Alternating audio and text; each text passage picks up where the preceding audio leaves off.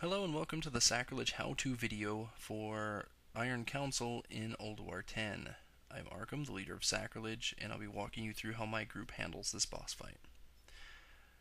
The first thing that I would like to mention is that there are a few classes that you can bring in here to make your life a little bit easier. Mages for spell sealing the shield off of the X, a Shadow Priest to dispel the shield off of the X, or to dispel a debuff off of your main tank who should be tanking Steelbreaker, as I will be in here. A Paladin who can also do that same dispel, a Cleanse to get rid of that debuff, an extremely competent Healing Priest to dispel that. And I say extremely competent because if they're dispelling, someone's not getting a heal. So that can be very tricky for some groups to work out. A Death Knight, either for their interrupts a little bit later into the fight versus Brundir, or to shield their way through those fusion punches when they're able, or to Death Grip Brundir, who's in the rear of the room, out of the blue circles that you see on the floor, which will give an increase in damage to whoever's standing in them. My particular group uses a Paladin off-tank. So, because the fight with Steelbreaker, the skull, is a very straightforward portion of the fight, I drag him to the front of the room, I stay within range of Ameth of my off-tank. When I get hit with that fusion punch, the only real ability that Steelbreaker has, she cleanses that off of me so that my healer can focus on healing me.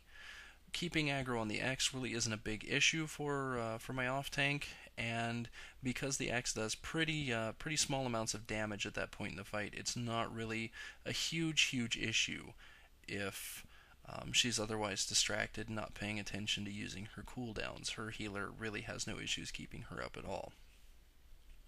Now that Steelbreaker has died, I've gone to the rear of the room and I've shifted to cat form. This is one of those options that I mentioned, or you can send any melee back there to do this. They're not going to take any more damage than any other raid member at this point, so raid heals are appropriate for keeping up the person that's in the rear of the room. While I'm back there, everybody else is dealing with Mulgheim. They're pulling him out of the blue circles so that they can benefit from the extra damage from them, and they're staying out of the green runes that he throws on the ground. Those green runes will kill you, and they'll kill you very quickly, so it's important to get out of them fast. As he dies, it's going to completely heal our friend the square, Brundir, and I'm just going to have to wait until this blue rune goes away. Now, because I'm back to actually tanking him, I'm back in bear form. His damage is elevated due to this and our lack of a Death Knight to Death Grip him out of there. You can actually counterspell him in the course of any of his channeled abilities in order to draw him out of one of these blue runes, but the danger in that is that you can't control where he runs, and so he can be extremely out of position, and his positioning is very important. He has an ability from phase 1 onward called Overload, and when he uses Overload, essentially he charges up and then explodes, doing enough damage to one-shot anybody but a shielded Death Knight. You're seeing that ability right now. During phase 2, he picks up the second ability, his Lightning Whirl, which has to be interrupted during both phases 2 and 3. And once you enter phase 3, he gains the ability you're seeing now, which is his Lightning Tendrils. He's just simply going to chase us around the room for a few moments. Whoever's in front of him will be struck by lightning. Scatter, spread out, stay away from him.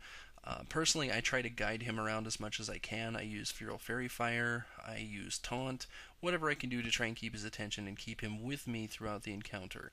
That can be dangerous if I get out of range of one of the healers, and you'll actually see that a little bit later in this video where I have to start blowing my cooldowns in order to survive a Lightning Tendrils, but it's a pretty straightforward encounter once you understand the mechanics.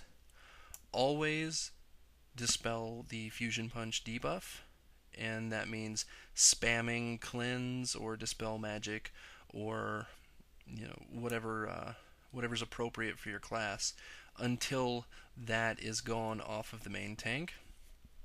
Interrupt the lightning whirls, Stay out of the green runes. Do not try to jump out of the green runes due to Blizzard's coding.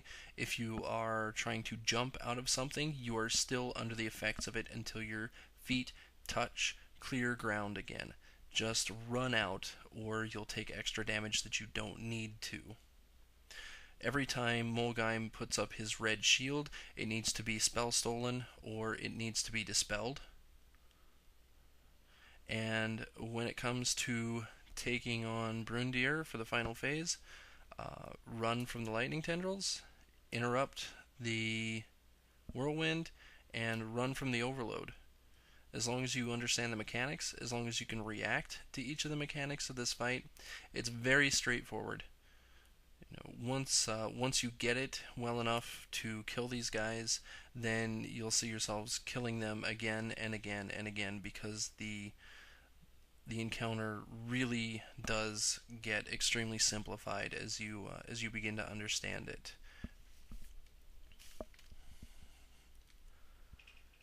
Please be aware that there are a number of group compositions that can lead to successful encounters versus the Iron Council, because no two groups will be ideally composed exactly the same way.